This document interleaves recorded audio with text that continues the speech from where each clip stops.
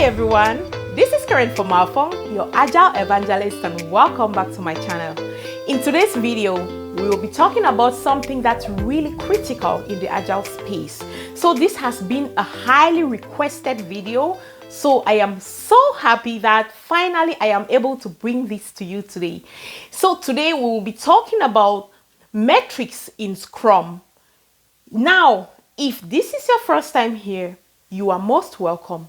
Please go ahead and click that subscription button, turn on the notification bell so that you stay in sync with what we share here on weekly basis. So just so that you understand what we are doing here, every week we upload new contents that will, help us enhance our understanding, enhance our knowledge, and keep the learning alive as far as Agile, Scrum, project management, product development is concerned. And specifically, most of the content we share here is based on my real life experience. So, I have gone through all sorts of challenges throughout this journey. So I thought that there may be some other people out there who may probably go through this same challenge or who are currently going through the same challenge. That is what really inspired me to, start sharing my experience so that I may be able to give back to the community by just reaching out to someone, helping someone figure out whatever issue they are facing in the Agile space, So that's exactly what we do here. So thank you so much for connecting. Now, if you are a returning subscriber, if you are a returning viewer, I just want to appreciate you. It's been amazing. People reach out to me all the time and say, Karen, you inspire me so much. I just want to say thank you and all that. You don't even understand that you are the one inspiring me. You are the rock stars. The reason why I am even able to show up here every week is because of you.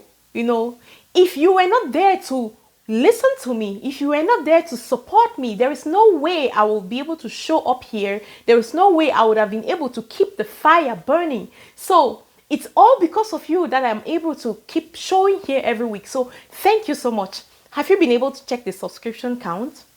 If you check the subscription count, you understand what I'm saying. It's just been a couple of months that I decided to start sharing my real life experience. The support has been amazing. It's been amazing. It's so inspiring. Thank you so much. Let us keep this going. Good things are happening. Good things will keep happening. So please, let's not stop. Let's not stop. Keep pushing me. Keep inspiring me. Keep motivating me. And I promise you, I'm not going to stop anytime soon.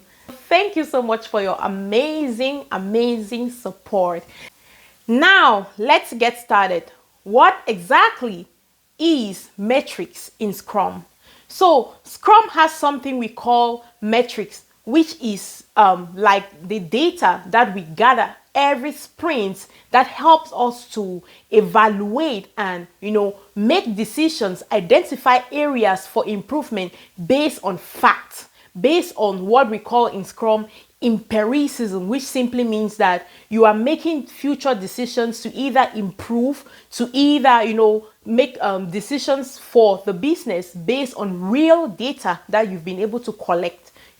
So there are so many different tools that we use in Scrum to collect these data, or what we call metrics. But today I am just going to narrow down the contents on just some few specific ones that I feel that are commonly used in the Scrum environment, especially during the sprints, that helps add value to the customer, helps add value to the team, especially, which is our focus. So these metrics help us, to identify where we are falling behind, how well we are doing as the sprint is progressing, and see how we can make adjustments in order to stay on track with the goals that we've set for ourselves. So that will be basically what we will be talking about today. So please stay tuned. The content for today is just an excerpt from one of our classes last week. So I decided to grab that excerpt because it's been highly requested and come on here and share with you. Just before we jump right into the content, if you are looking for more than just what we share here on weekly basis, like one-on-one mentoring and coaching, to succeed in your Agile path, please reach out to us. go to the description box. You will get our direct contact information, reach out to us, and we will determine an action plan for you after evaluating your gaps and see exactly what you need. We'll come up with an action plan on how to close your gap. Thank you so much.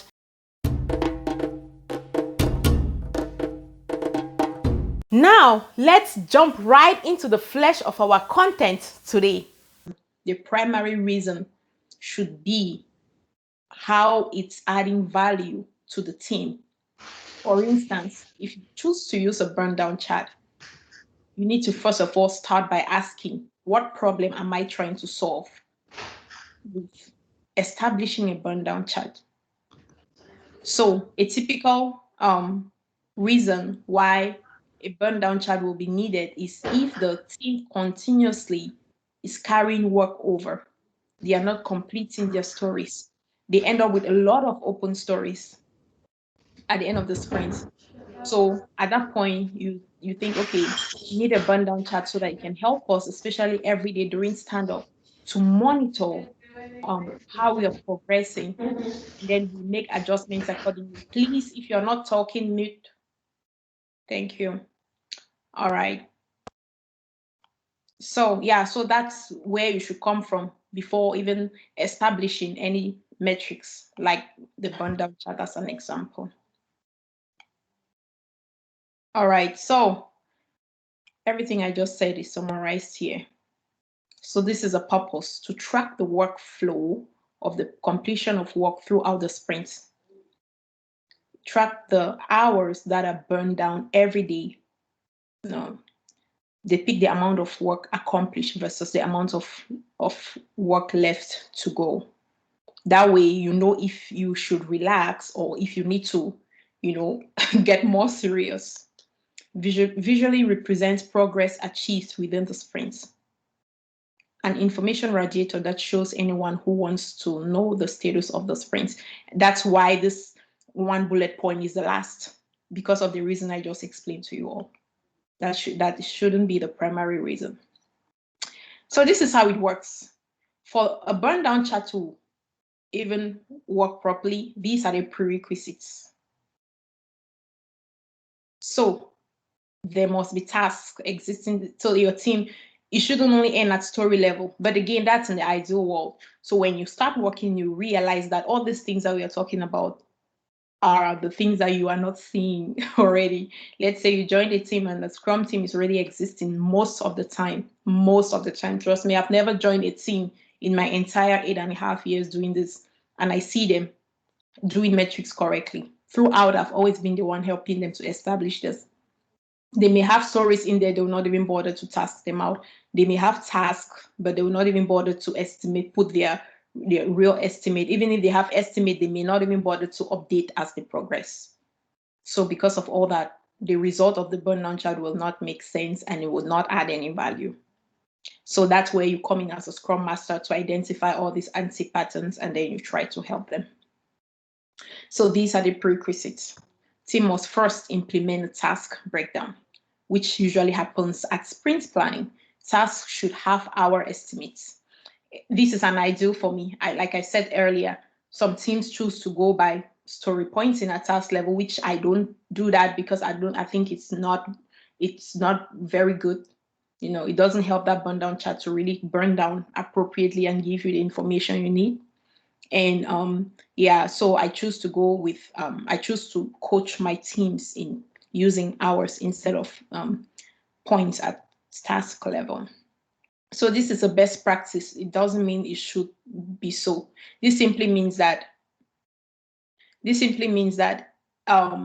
so for most organizations I've worked with, full-time employees, they consider their full working productive hours to be 6 hours. So contractors will normally be 8 hours productivity, but for full-time employees, they consider 6 hours. That is 1 hour for your break and then 1 hour maybe for other things, other administrative things, but they consider 6 hours as productive time.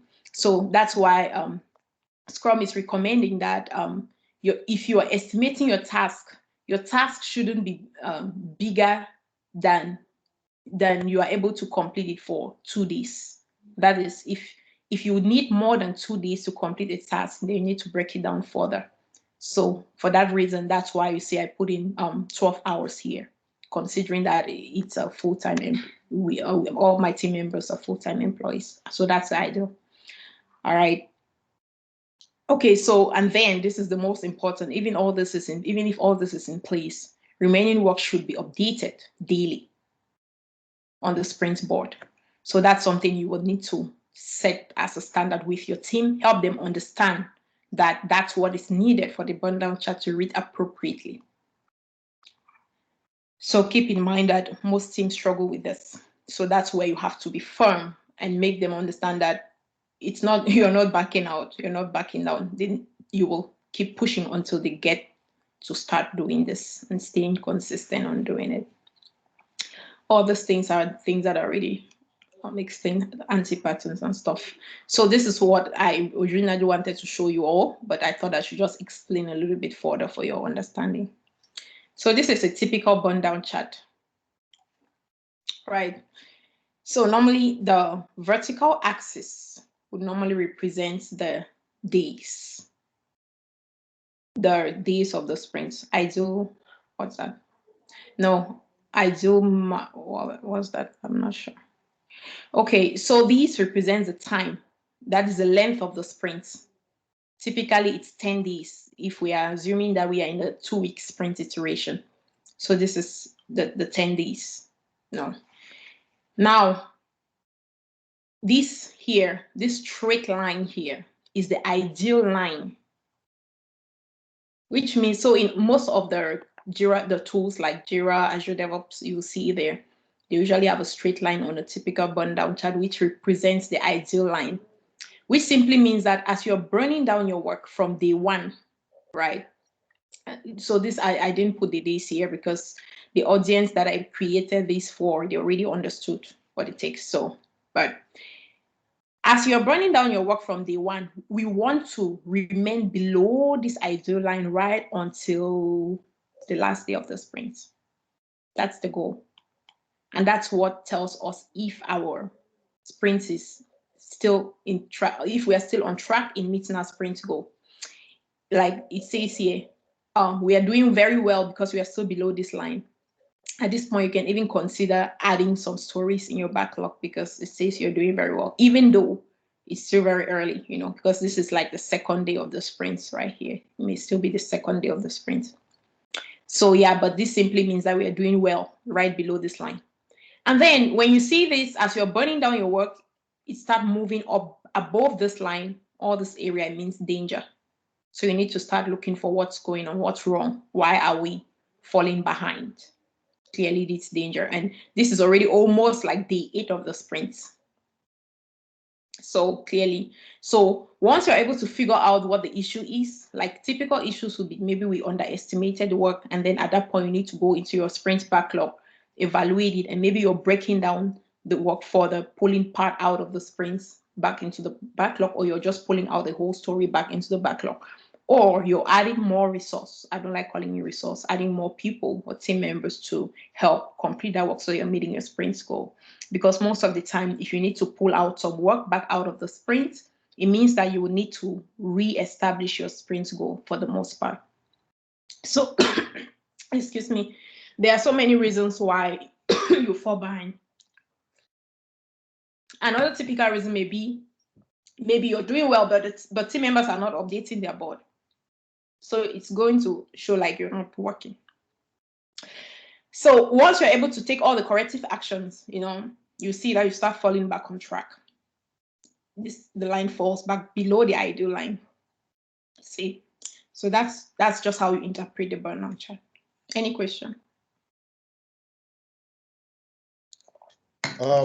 Thank you very much, Karen, for this. This is very insightful. Karen, just a quick one, right?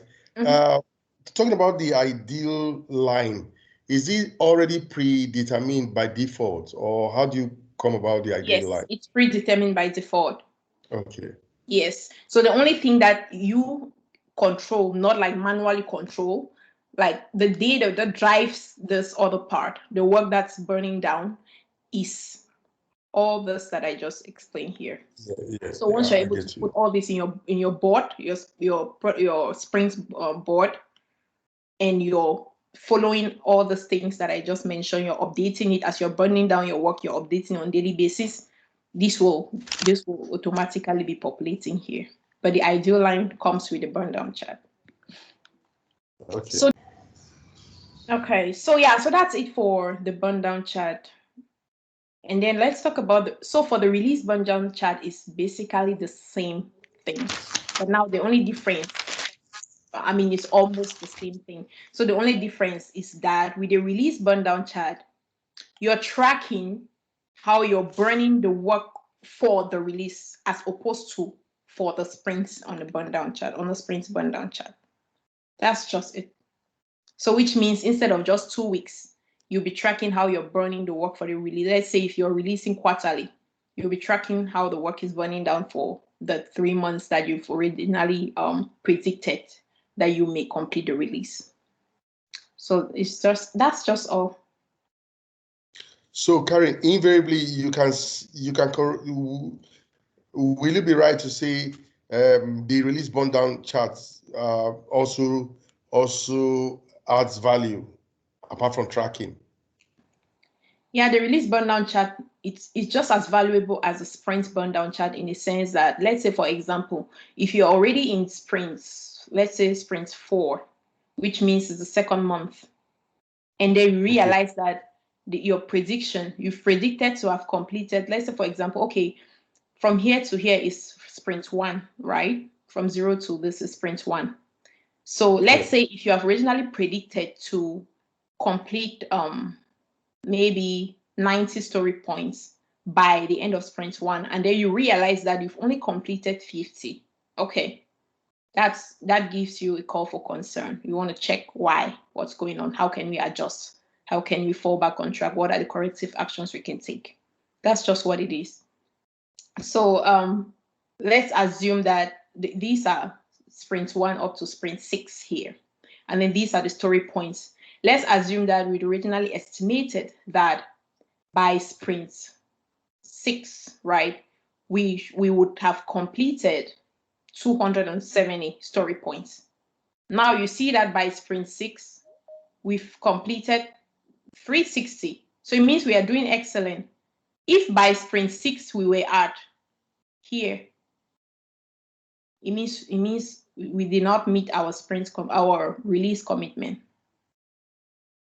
But let's say this was our commitment. We thought, we predicted, I don't want to call it commitment, this was our prediction.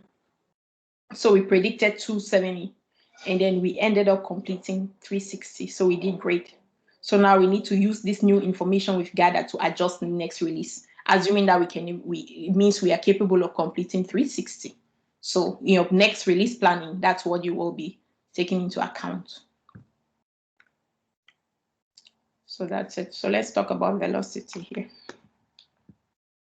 I've already consumed 18 minutes, 17, because we started 1 minute over. All right, let's talk about velocity.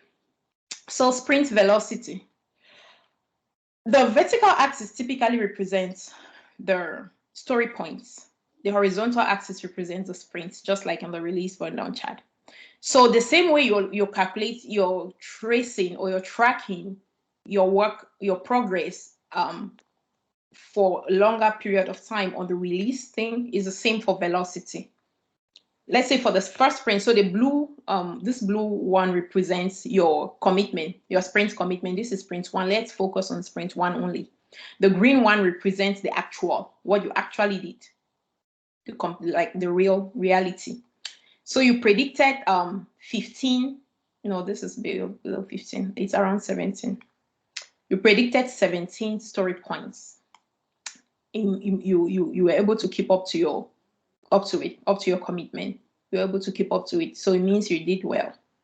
So with this, you and your team would be like, okay, maybe we can push a little bit further. And sometimes you can meet your commitment, but it doesn't mean that you're doing excellent. It may also be that you people overestimated the work.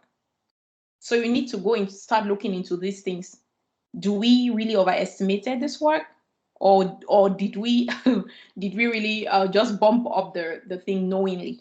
And that would be a very bad behavior if you people actually did it intentionally, like just exaggerated the estimation intentionally. That will be bad behavior.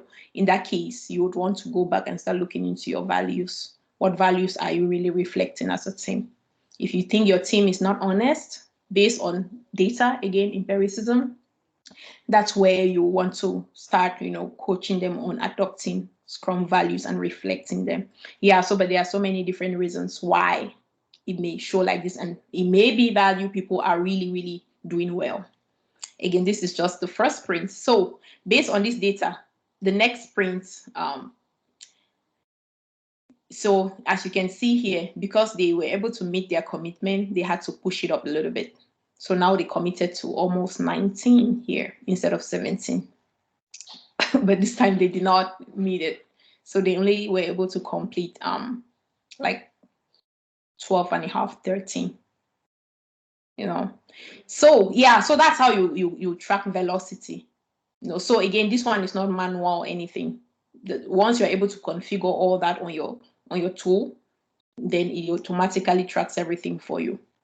But the key is, as a Scrum Master, you should be able to interpret it, because most of the time, for the most part, during review meetings, you will be the one demoing this, even though the product owner should really be doing this. But throughout my experience, I've always been the one demoing it. And if I'm coaching, I am coaching Scrum Masters to be able to do it as well. So again, you need to know how to do it. So now, what is the velocity average velocity? Let's say it's a new team, or you're just starting on a new product or new project. You'd want to work for the first sprint, second sprint, third sprint. You sum up the velocity for sprint 1. I mean the actual velocity. You sum up all the green ones, sprint 1, sprint 2, sprint 3, and then divided by 3.